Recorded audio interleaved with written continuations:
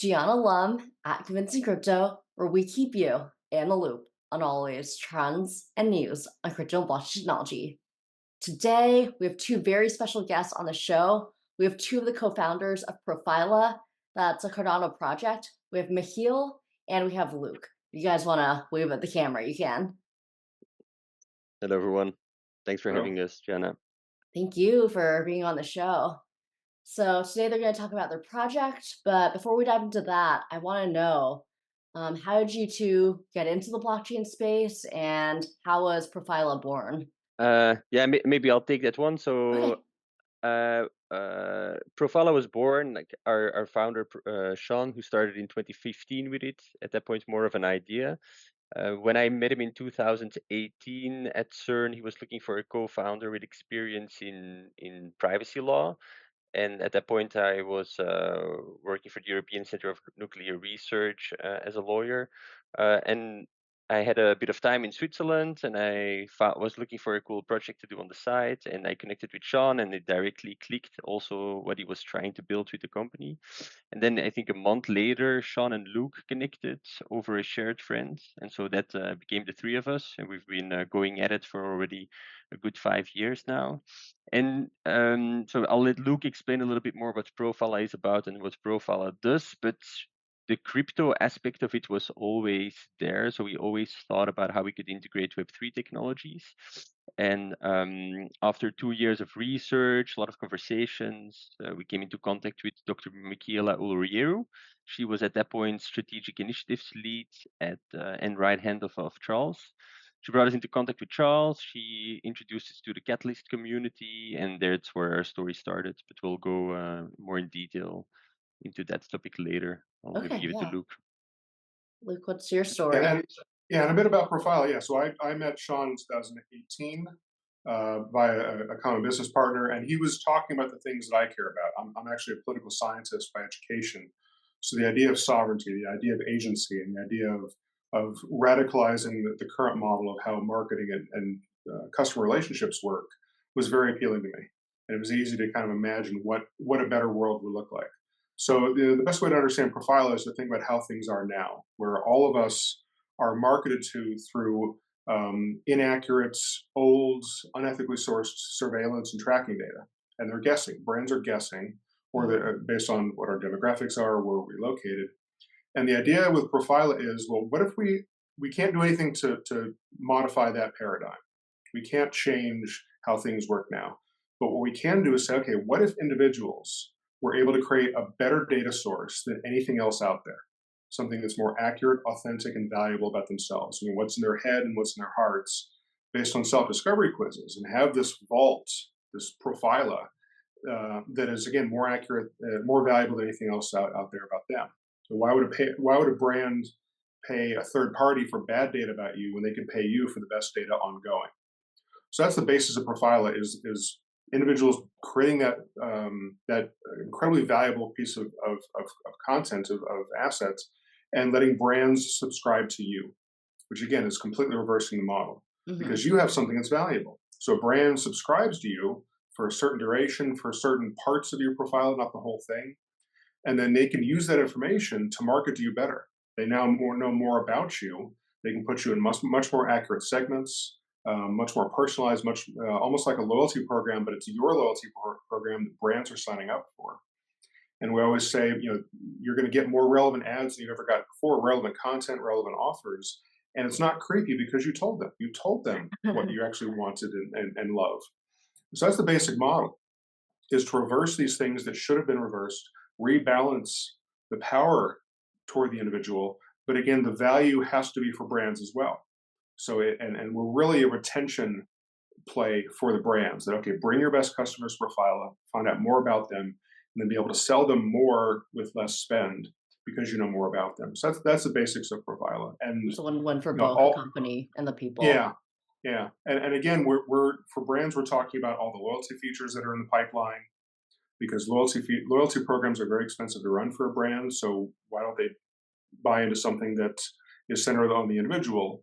Better than me having to go to 50 websites, 50 loyalty programs to update my phone number. That's just silly. No one's going to do that. But so it's very easy to imagine a mature profiler where you have 50 brands that subscribe to you, and what that life can be like. One more thing before we can go on is, but also the idea that I can tell a brand how often they can communicate with me, which is something that simply doesn't exist now.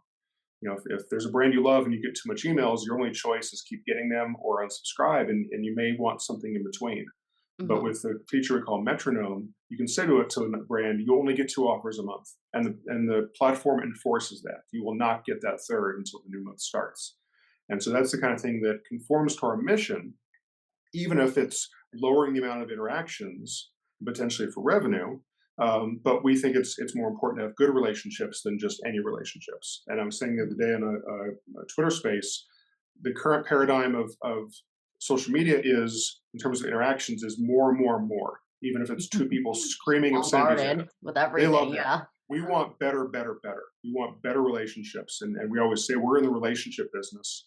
And we want both consent, transparency, and revocability for all those relationships that you have, those non-personal relationships that you have in your life. Yeah, it's so interesting the backgrounds the both of you come from too. I always ask people, like some people come from like a Web3 or like more of a tech background, or some people come from a maybe gambling background and that's how they got into crypto. But like I rarely hear people saying like, oh, I was a lawyer first and they need a lawyer and like then I got into this, or I was really into the people and the political science of this. So yeah, knowing your backgrounds is really helpful. And your founder, his name was Sean, right? Sean Yes. Jensen. Yes. Sean, what was his background before? He worked for Vodafone Okay, in services and solutions for a long time. cool. And again, he's the origin of all this. So he started it, and like Michiel said, the first couple of years, even after we got involved, it really was a research project. We were trying to figure out what model would work. We like to say we had thousands of conversations before we ever wrote a lot of code, because we knew we wanted to get it right and do something that was what people thought would work, what we thought would work, but also was pretty radical compared to how these things work now. Which again, they evolved. Facebook evolved from being about friends and family to this data broker, and in that time, I know my interest in Facebook went down because I was 90% of my feed is things I didn't ask for. So we think we're filling a gap that we think is absolutely needed. We want to have this for ourselves. Yeah, I yeah. think that's a lot of startups is solving a problem that they want to have. But we love the reaction we get from both brands and individuals about what this could do, what a mature profiler looks like, and actually changing how things work. Yeah, because we over time we pitched to, I think, already 100 or 150 named brands, like large brands that people know, and there's almost I can tell you there's not one of them who said no, this is wrong, or we're not going to use this. Everybody sees it as the future. It's just the question who is going to adopt it first and how long it's going to take before it gets adoption. So will a solution like Profila come next year, or will it still take 15 years for both the business market and the consumer markets to be ready for it? That's of course the big question for us, and we Yeah, hope that it's we hope that it's us, of course. Yeah, and we think the regulatory environment is moving in our direction, sentiment is moving in our direction, but in many ways, our biggest competitor is inertia. Again, you talk to these brands, it's like, well, we're on Instagram because everybody's on Instagram. Yeah. And who's going to be that one who says, no, I'm going to try something different, because their job may be on the line. So it's figuring out how to get past that. And that's why with our, the trials coming up, it's just going to be talking to a brand and say, okay, just invite a small group, test it out. And when you see the difference, you're going to want all your customers, all your best customers on here going forward. So I want to know, I like asking everybody this question. What's the first word you want people to think when they think Profila, and why? Agency. Agency. Okay. Agency. Individual agency. That now they have the power that, our tagline is, it's you, it's yours. And that means it's you, meaning it's the most accurate, authentic, and valuable information about you. And it's yours, meaning you have complete control over who have access to it and what they can do with it. And that kind of agency is needed, does not exist, and we want to bring it. Michiel, do you want to share a word too? Yeah, I wanted to say, actually, if I was going to go first, control. We debate a lot about whether we use the words control or agency, but it actually means the same thing. But yeah, that is indeed what drives the three of us and also the other team members. Just this this belief that the way it works now just went completely off the rails. The fact that when you visit one website or when you buy one product, you just get bombarded with information. Your information gets shared with third parties. I'll give you an example. I'm just using a telephone and an internet connection from one of the largest companies in Belgium, and since then, I get called 3 times per week by call centers who try to sell me solar panels, like you name it first, the craziest things. And then when I tell them I'm a privacy lawyer and I want to know the name of their company and how they obtained my phone number and all of the information that on the phone they know about me, they say, yeah, we're a sister organization of this phone company. I'm like, okay, give me the name, and then appears there. Then they say, no, no, we're a partner. We work with them, and so it's very clear that today a lot of companies are just not only themselves contacting you in an offensive way based on surveillance data, but they're also sharing with so many other Mhm. companies. And so the future cannot be this. The future will be people own their information, people have a digital identity, people will be able to control this, will be able to stop this. There's just tools that are lacking. And I think that's exactly the mission that we all have, and that's exactly now the product that we built, or the first version of it. Yeah, I think I would add to that is, on the brand side, they're having to compete in very noisy environments, either your inbox or your social media feed, and brands know they have to scream louder than the next guy to get your Mhm. attention, and that's exhausting. I use Instagram less because it's no longer vacation pics from friends. It's now people screaming at me to get my attention to sell me something. And it's exhausting. And It so did Profila change was, over time. Uh, pardon? it did change over It time. did, it Yeah, Instagram did. too. yeah, it wasn't always like that. And so, Profila was designed, both the design is very muted and very simple, uncluttered. It's private. There's nothing social in there. When you're in Profila, you're the center of the universe, and all the content you're seeing are the brands you've let in the door and nothing else. And for brands, it's like, okay, now we're going to get the attention of somebody, not just on their infinite scrolling, and that's what they want. So I think when brands try it, they'll love it, and that's our hope. So I did see you have a token called the Zeek token. Can you Mhm. explain more of how that works and its use cases? Yeah, so Zeek is short for zero knowledge token. Okay. It stems from our research with the University of Madrid around a concept called ZKA, or zero knowledge advertising, where we redesigned a system architecture for an advertising ecosystem where we use blockchain and masked IP addresses to show towards a brand that the product they want to advertise to an individual is advertised to an individual that is within its target audience without disclosing the personal information of the actual individual. So it's a consent-based advertising model where you can also be anonymous. And so that's a bit of the origin of Zeek. And so Zeek is the token that would function in this blockchain advertising ecosystem. But now we are also using it for a lot of other reasons. So first of all, we're conscious that uh, people today are not actively managing their personal information, keeping it up to date, and then sharing it with brands and sharing their and modifying their preferences and settings. So this is a kind of uh, activity that we ask them to do. So we want to nudge them to do it and to do the right thing. So we're using it in a game. We're using the token in a gamified way, a little bit like you would play Duolingo, a game with levels, where if you fill in some quizzes about who you are as a traveler or what you like about fashion, or if you keep your phone number and everything up to date, then we give you tokens, and these tokens can then be used to level up. Let's say I would then be a level 10 snowboarder and a level 5 ecological traveler, earning Zeek along the way. And this would then make my profile way more interesting for a specific brand. So if a Radisson would have a new lodge hotel in the mountains, they would be able to see, okay, Michiel is a perfect target audience for us. So it's both a kind of exclusivity thing, loyalty play, and then also an incentive structure for people to be active in the platform, definitely in the beginning days.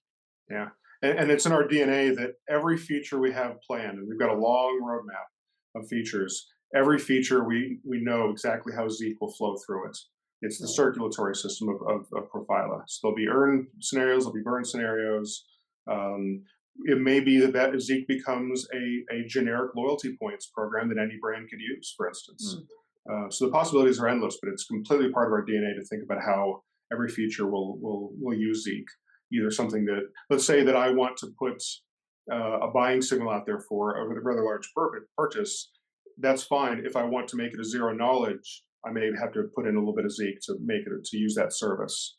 So I think the possibilities are endless for how a real utility token can work in a platform like ours. Nice. And with this token, how user friendly are you thinking of having it for like people who have no experience with crypto whatsoever? 'Cause it seems like this is something that's like really, it should be super accessible for people who just like are interested in a brand and can just earn these tokens. Like, how much of like the crypto wallet do they need to understand? Yeah, I think I'm a big Apple fan, and I think Mhm. Apple takes complexity and puts a very simple skin on it. I think their superpower. And I design all of these things for my mom, and Okay. because my the first time, she hates me telling the story, but the first time she used a computer in the '90s, she took the mouse and put it on the screen and moved it around. That's how she thought a mouse worked. Even though she's a ninja on an iPad. So it's like, okay, how can we create the features? How can we do all of this for someone with her level? Mhm. And there's obviously the MVP ways of cashing out things like that. But in the future, you can imagine both getting fiat from brands for your Profila, but also Zeek as you go.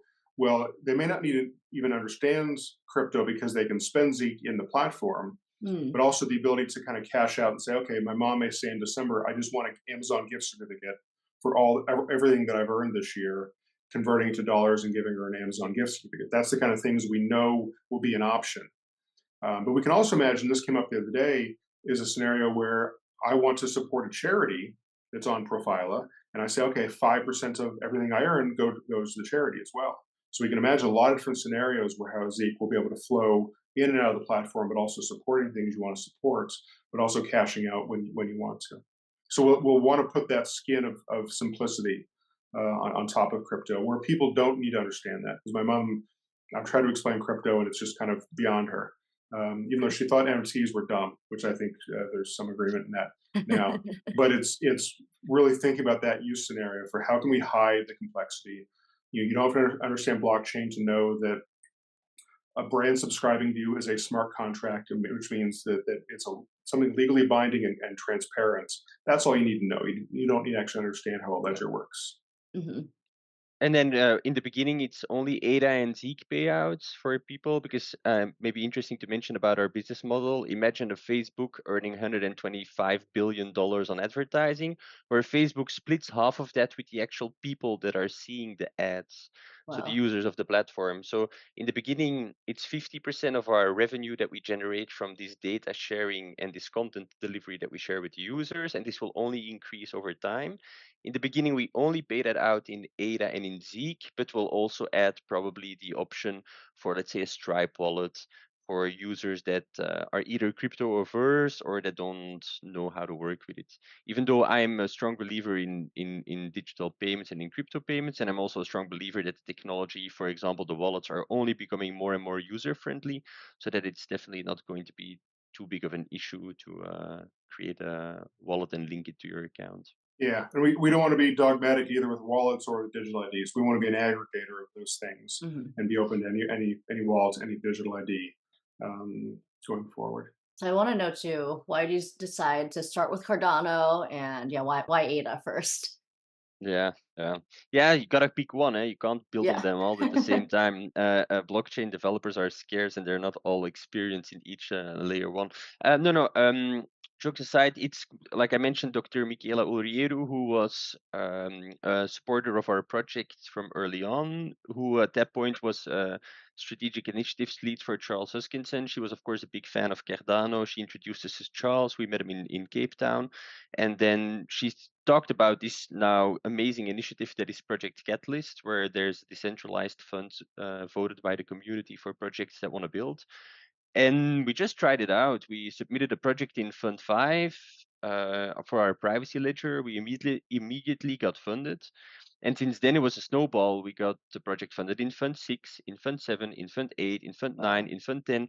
And so the love was there, And I think also the fundamentals of Cardano, it's very research-based organization. Like Luke already mentioned, that's exactly what we did. We've been Seem sponsored very by aligned.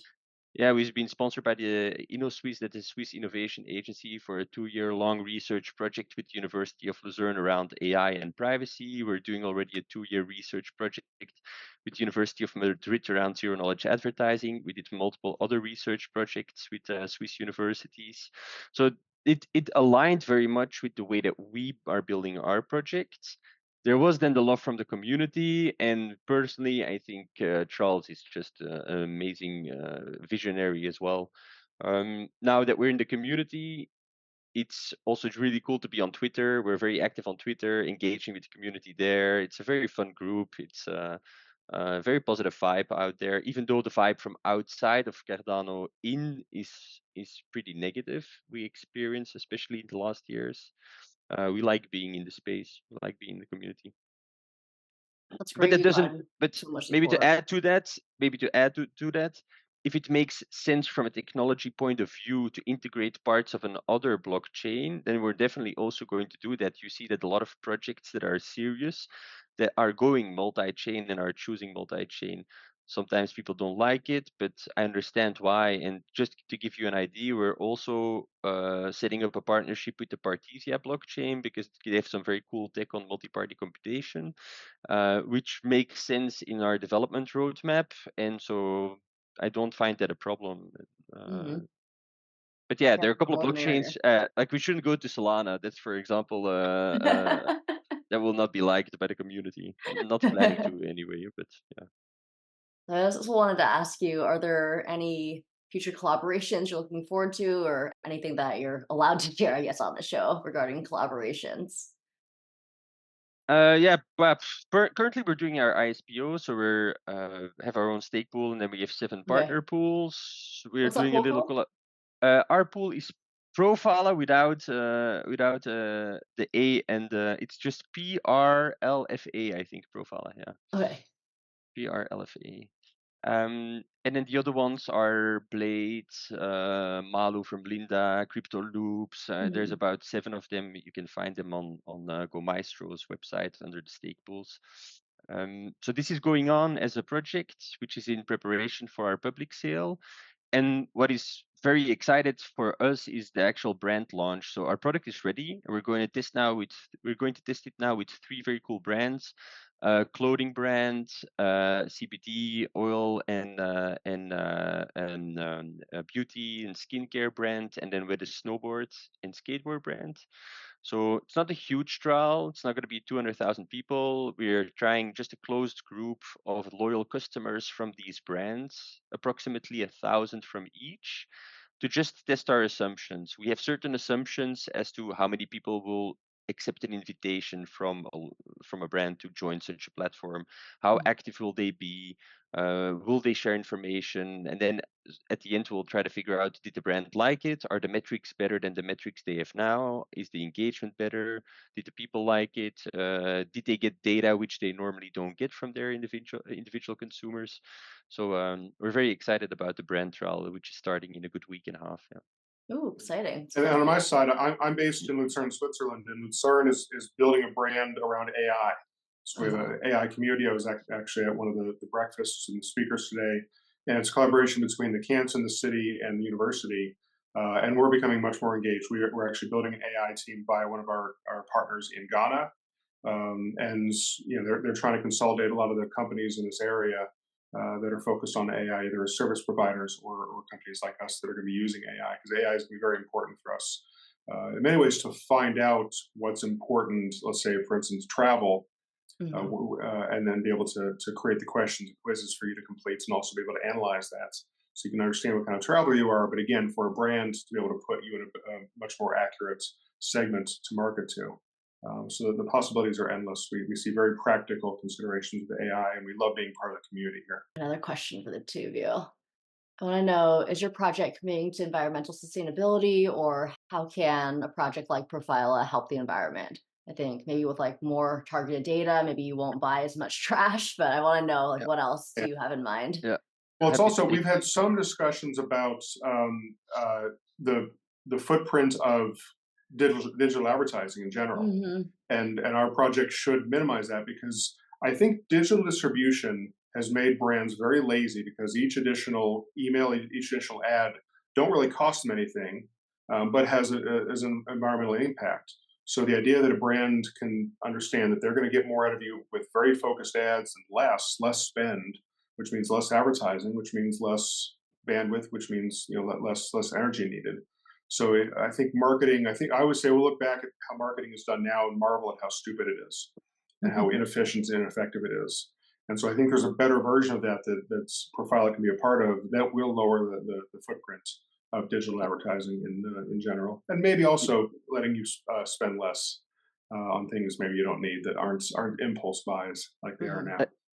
To pick up on what Luke said, Ruben Cuevas, who is the leading professor at the University of Madrid, with whom we wrote the zero knowledge advertising paper, he just announced last month that he's starting a spin-off at the University of Madrid, which is together with one of our advisors, Mikko Kotila, which is solely focused on decreasing carbon emissions from digital advertising. So they wrote already together a couple of papers about this, and that is exactly what Luke said. If now I'm getting 30 ads from New Balance just because I bought one pair of shoes, then there's a decent environmental cost linked to that in terms of like data storage and transmission costs and everything. If in the future I can tell New Balance that I buy 2 pairs a year every 6 months, always the same model, they can just send me 2 times a message at the right moment, at the right time, with the right shoe size and the right color and whatever. And I don't have to look at these other 28, which are just noise pollution in my mind, on my screen. And then, of course, like you mentioned, they have a footprint ecologically. So much cleaner that way. Yeah, it's just unnecessary. Like they know for sure, okay, like there's no point in like spending this extra energy on things you don't need for those extra months. Yeah. Exactly, yeah. All right. My last question is, I want to know, how can our community get involved and support you in your project? So definitely join if you want to get involved in the ISPO. That is still possible. We have still Okay. 6 epochs left, and there are a lot of cool rewards that you can claim if you join in our own pool, or if you join in one of the partner pools. So that's one part. You can whitelist on our website for the LBE, the liquidity bootstrapping event on MinSwap, which is happening over the summer as well. For the rest, if you participate in the ISPO or the LBE, you'll get early access to the app, and you can engage with these 3 brands. So it will be possible to download the platform, to connect to these 3 brands, share some data with them, receive some exclusive content. And so follow us on Twitter. We're very active there lately. And you can find also a link tree with links to our white papers, demos, website, research papers, and all of the other information we gathered over the last 5 years. Cool. Yeah, I'll definitely link all the info down below so people can check out your website and everything you Thank you. have going, and they can do their own research for everything. Yeah. Is there anything else you would like to add to share with the community? It's been a long road, but we're happy we're on it, and we're looking forward to what comes next. This is an important year for us. Yeah. Good market timing. Yeah. Hmm. Yeah, it seems like you've really worked hard in this process and you're taking it step by step. And I think that's definitely the smart way to go. So I think, yeah, you're definitely in it for the long run. And I appreciate Hmm. projects like that, definitely. Thank you. And also thank you for giving us the space to talk about Profila. Of course, yeah, I'd love to be on one of your Twitter spaces in the future too, so we can chat more and chat with the rest of the community in real time. Yeah. Oh, yes. Good that you Every mentioned that. every Yeah. Tuesday at noon Eastern time. Yeah. Okay. Or 6 p.m. CET, indeed, every Yeah, Tuesday now. I was talking to her time zone. Yeah, that's a good one. Yeah. Luke is American, if you didn't mention it yet. So he's half Swiss in the mindset, but he's originally American. But New York City, I did live at Houston and Elizabeth Street in a Okay. previous life, which I Nice. think they call NoHo now. Even though when I was there, it was I think it's technically East Village, but Hmm. I think now to increase rent, they called it NoHo. They always change the neighborhood names. Yeah. Well, that's it for Bye us bye. today. Feel free to like, subscribe, and comment your thoughts. Feel free to share this with your friends if you enjoy this content. And we'll see you next time, everyone. Bye.